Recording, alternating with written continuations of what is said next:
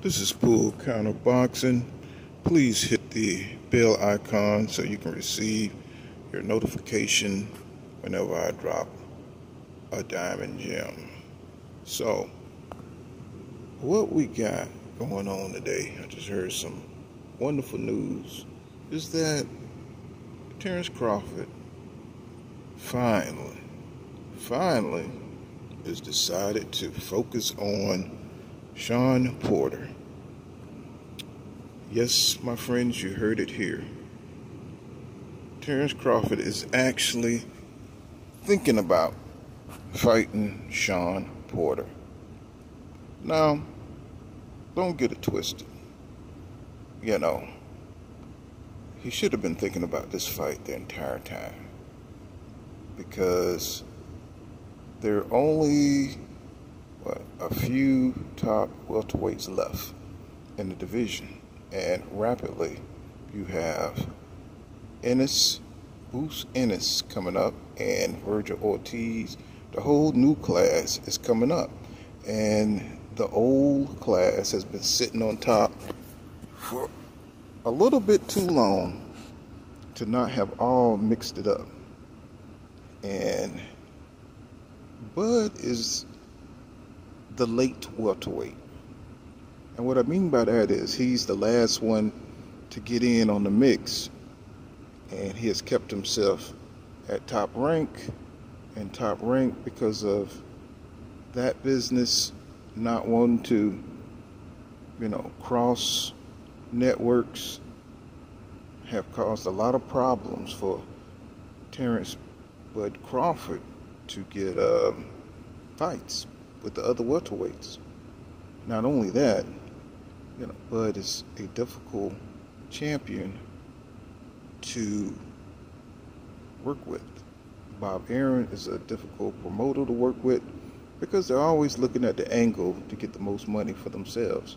And I'm not saying that's a bad thing, but when you don't have the leverage of the welterweights on your side, you're supposed to, make it do what it do. You got to compromise.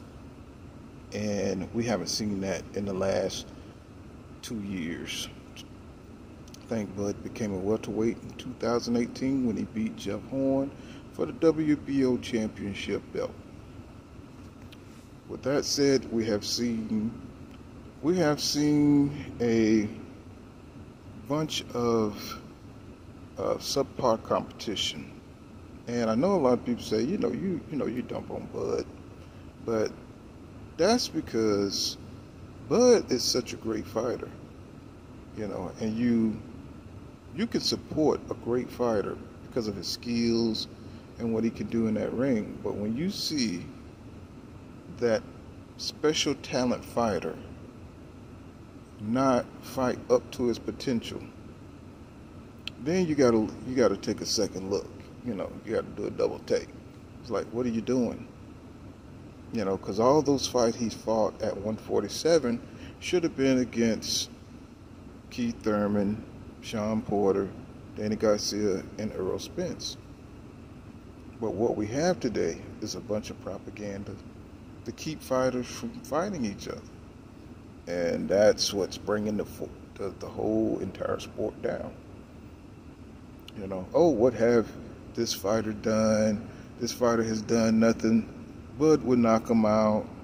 Bud don't have to fight this person. He's going to fight Pacquiao. And that's the biggest running joke in boxing today. Because Pacquiao don't want no smoke with Terence Crawford. So why is he avoiding the other welterweights? Well, Bud Crawford fans will have you believe that the PBC fighters are afraid of him, which is nonsense. But they'll keep on repeating the same thing. And guess what? Bud ain't fighting nobody. Okay? So they say, oh, well, Keith Thurman priced himself out. $10 million. Well, that's what PBC fighters make. They make good money. But they're going to look at that and make an excuse around that. Again, we don't see the fight. Danny Garcia, You know, oh, Danny Garcia wants $9 million to fight. He's pricing himself out. Oh, well, we don't see the fight. Oh, Amir Khan, $7 million. Oh, they pay for Amir Khan. They pay for Amir Khan because he's easy to beat. And that's just in my opinion. You know, here come Kell Brook, another, you know, fighter with problems. They make the fight, you know. So Errol Spence offered Bud Crawford 60-40. Nothing wrong with that. A standard deal when one side is the A side and the other side is the B side. People don't want to give Bud Crawford that put him in that position that he's the B side. He is the B side. Sorry to tell you that, folks, but I think you already know Bud is the B side. But he don't want to fold. He want to kidnap the belt and treat it like a hostage, like a little kid that's been kidnapped and he's sending a ransom, you know, for his demands. So, you know, what are they gonna do?